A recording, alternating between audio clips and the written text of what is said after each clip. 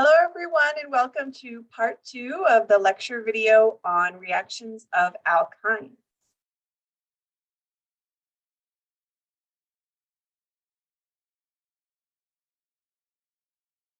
All right, now as I mentioned, we are continuing with alkynes today. And if you're in edition 3 or 4 of David Klein, then this is chapter 9. And if you're in edition 1 or 2, then this would be chapter 10. All right, so we're going to start off with the hydrohalogenation of alkynes. But before we talk about how alkynes react with HBr or HCl, then let's talk and remind ourselves about how alkenes react with the same reagent.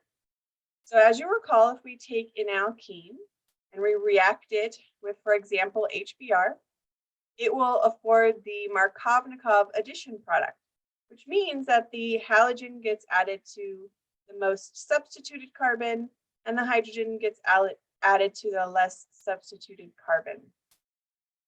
And if you react the same reagent with an alkyne, we're going to get a similar reaction. Recall that alkynes are made up of 1 sigma bond and 2 pi bonds, and alkenes 1 sigma bond and 1 pi bond. So the pi bonds are orthogonal in an alkyne, and one of those is reacting just like the pi bond would in an alkene. Because only one of the pi bonds have reacted, we end up with what we would call a vinyl halide. So recall that the terms allyl and vinyl. So an allylic halide would be a halogen attached to a carbon that's single bonded to a carbon participating in a double bond. So it would be as if the halogen were at this position. That would be what we call allylic. Well, vinylic is similar, except for it's 1 bond closer. So the halogen now is bonded directly to an sp2 hybridized carbon participating in an alkene. So this is a very analogous reaction. One of these pi bonds has reacted in a Markovnikov fashion to add the halogen and the hydrogen across the double bond. What if we used excess HBr, for example? That would actually continue to react because we still have a pi bond, and it can additionally add an equivalent of HX. Markovnikov regioselectivity will allow us to get 2 halogens attached to the same carbon. And recall that we call this a geminal dihalide. What about the mechanism of that? It is not going to be exactly the same as the mechanism for the addition of HX to an alkene. And let's look at why we think it is not likely to be the same exact mechanism. If we were to start with an alkyne and do a proton transfer, instead of generating a secondary carbocation, now we have a vinylic carbocation. And if you go back to chapter 6, when we talked about carbocation stability, you recall that the carbocation attached to an sp2 hybridized carbon is a lot higher energy or less stable than when it's attached to an sp3 hybridized carbon. So this is a particularly unstable or high energy intermediate, and that is why it is unlikely to form. It will have a high activation energy barrier, and therefore it is a less likely pathway. In addition, we can also do kinetic studies to shed some light on mechanism. And what we see is that the kinetic data actually suggests a different mechanism is in play. So when we do the kinetic study on this reaction, we see that the rate law is first order with respect to the alkyne, but second order with respect to the HX component, which means that in the rate determining step, the alkyne and 2 of the, for example, HBRs are involved in the rate determining step. So this is what we call a termolecular process. 3 molecules are involved in the rate determining step. So this is one proposed mechanism for how 3 molecules might be involved in the same step, generating one transition state. So it is possible that a molecule of HX is donating its halogen to form a carbon-halogen bond at the same time as the other carbon is undergoing proton transfer, taking a proton from another molecule of HX. So that would be the formation of the carbon-hydrogen and carbon-halogen bonds and the simultaneous cleavage of one of the carbon-carbon pi bonds, as well as the both bonds between the halogen and the hydrogen. Okay, so just recall that that's a proposed mechanism. There may be other alternative mechanisms with which the reaction is going through. Okay, so remember that when we were talking about alkenes, if we wanted anti-Markovnikov addition of HX across the double bond, then we had to add in peroxides. And it goes through a radical mechanism. So that same reaction can be performed on an alkyne. So if we treat an alkyne with HBr and peroxides, and specifically they're showing us this terminal alkyne so that we can have a difference in substitution. The terminal carbon is less substituted because it doesn't have a bond to a hydrogen than the internal carbon. So that gives us clearly a more substituted carbon and a less substituted carbon. If this was an internal alkyne, then the substitution of the two carbons would be the same. We wouldn't have a difference and we wouldn't be able to see Markovnikov or anti-Markovnikov regioselectivity. All right, let's keep going. So if we add in those peroxides, recall we get anti-Markovnikov regioselectivity going through the radical mechanism, just like we talked about with alkenes. And in this case, a mixture of E and Z isomers are formed. Again, mixtures are not ideal, right? Organic chemists, synthetic organic chemists don't like mixtures because then you typically have to separate them. But there are some cases where a mixture wouldn't matter. And it's good to know that a mixture of E and Z isomers are formed in this case. Okay, let's talk a little bit about reactions that can be combined to be thought of in a reciprocal or complementary-like fashion. So when we are learning reactions, by now you've probably figured out that there are tons of reactions. Right? There are many reactions to learn. And so if we have ways to classify them in our brain, right, then it makes it easier to recall the reactions. And so one such classification is by identifying complementary reactions. And a complementary reaction is a synthetic way of going from a substrate to a product, and then a different set of reagents that will get us from the product of one reaction, which would be the reactant of a second one, right, back to the product of the first reaction, the reactant of the first reaction, which would be the product of the second reaction. So what I'm trying to say is that if we take a terminal alkyne, we react it with excess HBr, then we will get this geminal dihalide or geminal dibromide. But synthetically, we have a way to also do the opposite process, right? We can go from the geminal dibromide and form a terminal alkyne. It's not a reversible reaction. Notice that the reagents here are different, but synthetically, it's complementary because we're able to think about interconversion between terminal alkynes and geminal dihalides, regardless of which direction you're trying to go synthetically. So the reagents to go from the dihalide to the alkyne would be excess sodium amide and liquid ammonia, followed by a water workup. So recall that these conditions do double E2 elimination reactions, followed by deprotonation of the acidic proton on the terminal alkyne, and then water reprotonates that proton to give us the neutral and isolatable terminal alkyne. All right, let's talk about hydration. So you may recall from our reactions of alkenes that we can do hydration of an alkene. And we talked about conditions that do hydration of an alkene. We have two different conditions that can give us Markovnikov hydration of an alkene. That would be acid catalyzed hydrolysis and also oxymercuration demercuration. And recall that means that we're adding H and OH across the double bond where the OH is going on the more substituted carbon.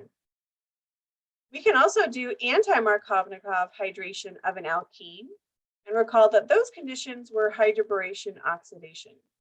So just like we can do hydration of an alkene, we can also do hydration of an alkyne. So the conditions that allow us to undergo hydration for an alkyne with Markovnikov regioselectivity are acidic conditions. So notice the sulfuric acid and water, but we also add some catalytic mercury sulfate. And that allows us to, it acts as a Lewis acid and it helps catalyze the reaction to compensate for the slow reaction that would result from the formation of a vinylic carbocation, which would have to take place if we went through a the same mechanism as with the acid catalyzed hydration of an alkene. Okay, so right, if you take a terminal alkyne, and again, you'll notice that a lot of these reactions are most effective with terminal alkynes because they give us a difference between the more substituted and the less substituted carbon with respect to that triple bond. So we're going to use, again, sulfuric acid, water, mercury sulfate, and it will undergo Markovnikov hydration. So remember, that means we're adding H to one carbon and OH to the other carbon, which together means water, which is why we call it a hydration.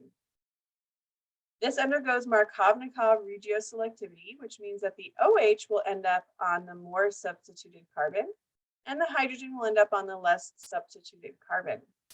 So if we just do that reaction and draw a similar product, right, then from the reaction we know with alkenes, just adding and keeping a double bond here because it started with an alkyne, then we end up with something that is actually not isolated, and it's called, and it has its own name, kind of think of it as a functional group, and we call it an enol. The ene comes from the fact that there's an alkene, and the ol comes from the fact that there's an alcohol. And the OH has to be directly bonded to the alkene, one of the alkene carbons, for us to call this an enol. So enols undergo a conversion, spontaneous conversion to a ketone. All it takes is a catalytic amount of acid or base to cause that conversion of the enol to a ketone, which is also called enol keto tautomerization.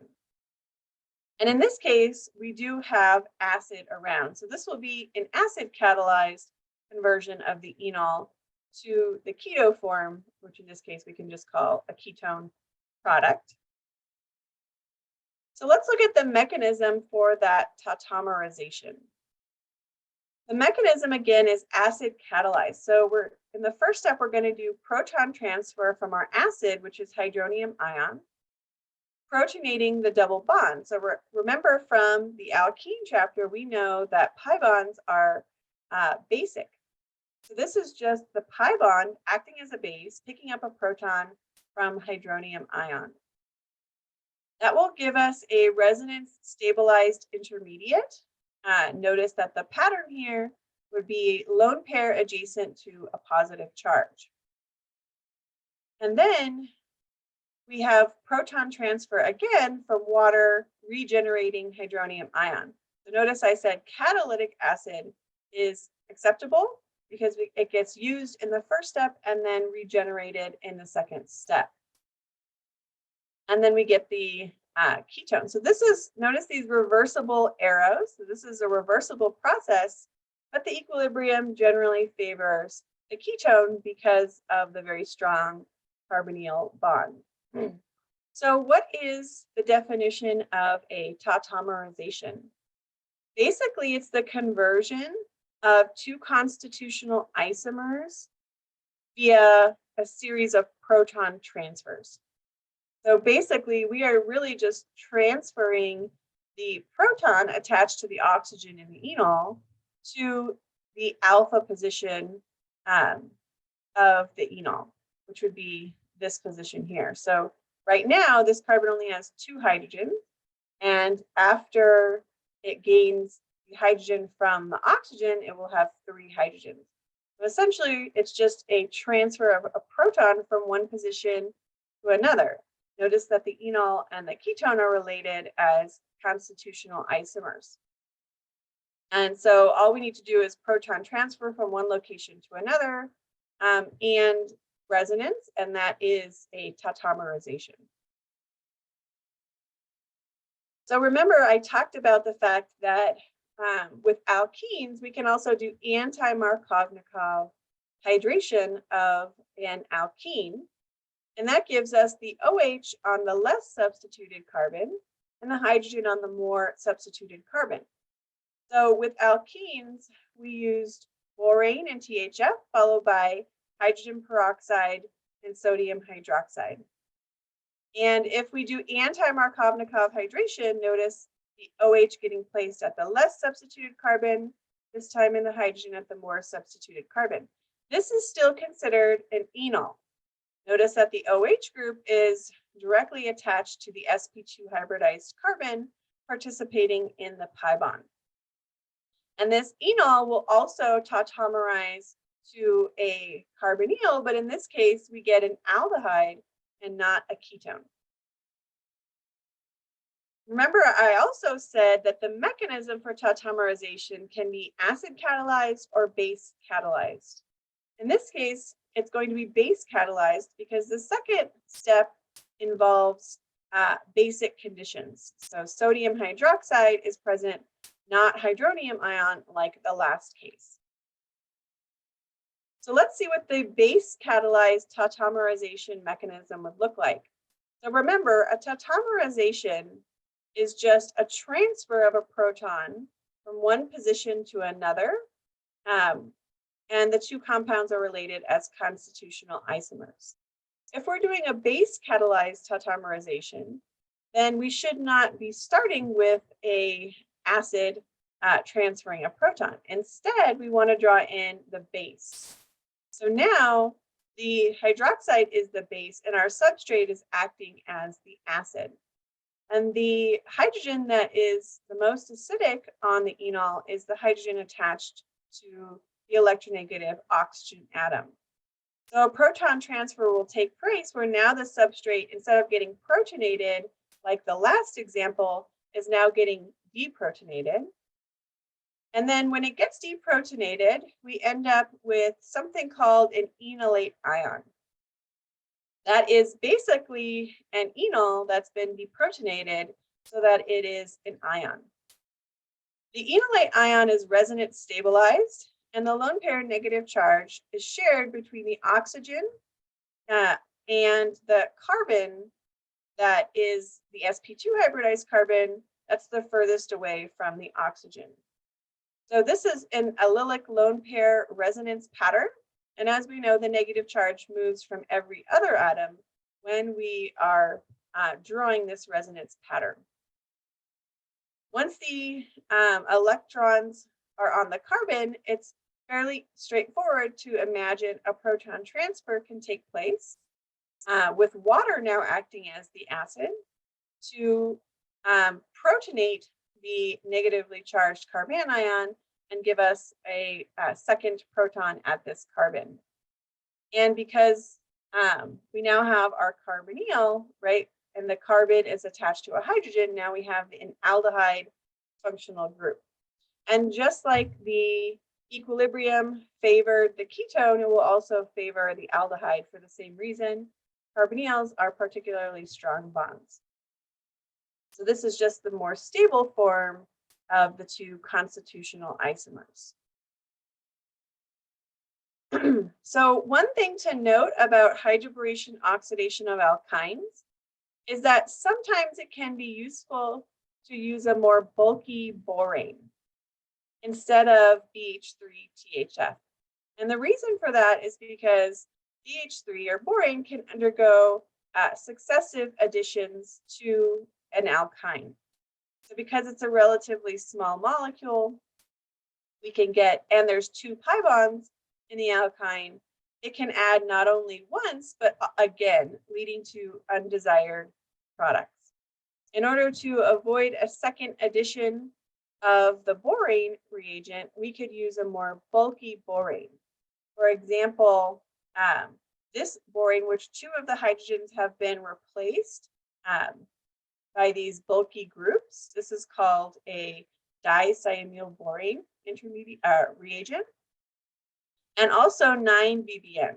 9-BBN has this fused bicyclic structure, but you can notice how the R groups are quite bulky compared to hydrogens, which would mean that only the first addition would occur, and the second addition is very unlikely because now we have a much bulkier group attached.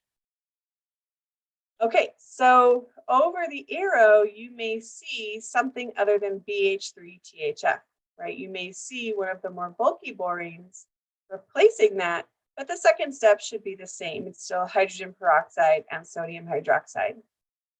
And when you use a bulky borane, typically that's only used for an alkyne. And this is the most synthetically useful when we use a terminal alkyne, because it gives us an aldehyde product, which is a very common and important functional group. Okay, so here is a review of how we control hydration regiochemistry with terminal alkynes.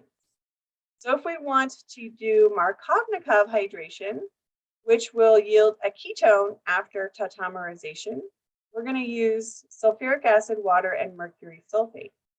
If we want to do an anti-Markovnikov hydration, which will yield an aldehyde after tautomerization, we're going to use hydroboration oxidation conditions, and commonly a more bulky borane will be used.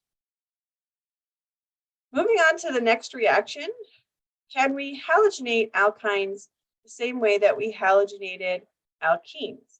Yes, we can do that, right? And if we use excess H2, both pi bonds will react with the X2, which could be Cl2 or Br2. And we'll end up with this tetrahalogenated product, also known as just a tetrahalide. So notice you had to, at excess just means at least 2 equivalents in this case. And remember that the bromines or chlorines undergo anti-addition, but a second addition would just lead to this tetrahalogenated product. What if we only used 1 equivalent though? So 1 equivalent of Cl2 or Br2. Well, this would lead to only 1 addition of the 2 halogens. And the mechanism is likely not the same as with alkenes, because if the mechanism was the same with alkenes, we would have only gotten the anti-product, because recall that bromine goes through a bromonium ion, and we get the anti-addition product when using an alkene exclusively. But in this case, we also do see some syn product, right, where we have the 2 halogens on the same side of the pi bond. So this is likely not the same mechanism, and the mechanism in this case is not completely understood. The next reaction is ozonolysis of alkynes. So when we did ozonolysis of alkenes, we completely cleaved the carbon-carbon double bond and produced, depending on the substitution of the alkene, we either produced 2 aldehydes, 2 ketones, or an aldehyde and a ketone. And if it was symmetrical, then it would have been two of the same thing, which is just one product. We can also do ozonolysis of alkynes. The difference is that we don't need to do a reductive step. So we don't need any dimethyl sulfide or zinc. And instead, we can just use water. And then the product is also different. So when we are cleaving a carbon-carbon triple bond, we don't get an aldehyde or ketone product. Instead, we get a carboxylic acid. If you have a internal alkyne and the two groups that are attached, R1 and R2, are different, then you would get two different carboxylic acids.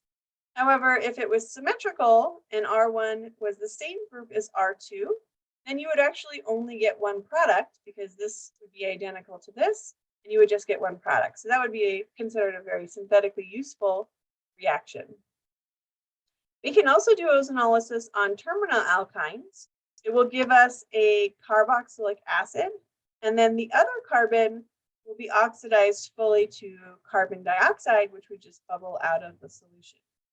This is also considered synthetically useful because we would just be losing one carbon, but we only get one product because the other product is a gas that would bubble out of solution. So there is no mixture produced, and whenever we just get one isolatable product, that's considered a valuable synthetic reaction.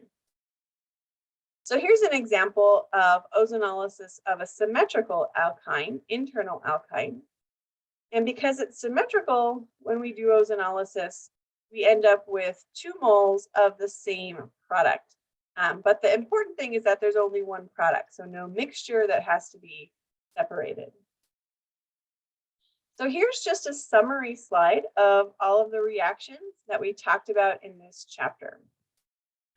So it's good to have summaries like this and have, extensive notes where you're taking notes on every single one of these reactions to help you remember them all.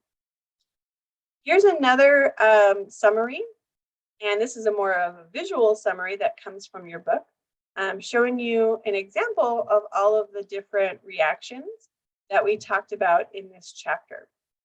So you can think about like how to go from a terminal alkyne to an internal alkyne, so with an alkylation of the terminal carbon, right? And all of the other reactions. So this is a great way to remember the different reagents, but I don't recommend studying directly from this image. Instead, what I would do to learn these reactions is I would go through the book, and for every single one of these reactions, write down multiple examples with different substrates, because we can get really used to just looking at one type of substrate and knowing the reaction from that one type of substrate, right? But there could be different types of substrates that would lead to products that look a little bit different.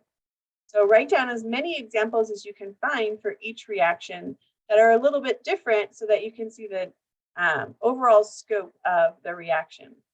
When I'm studying, I generally don't like to use R groups because those, for me, on an exam, you're never going to see an R group. You're going to see an actual example, right? So go for actual examples that you can find in your book, both in the chapter and in the problems, to take your notes on these individual reactions. But this can be useful just for general remembering of all of the reagents and what they do.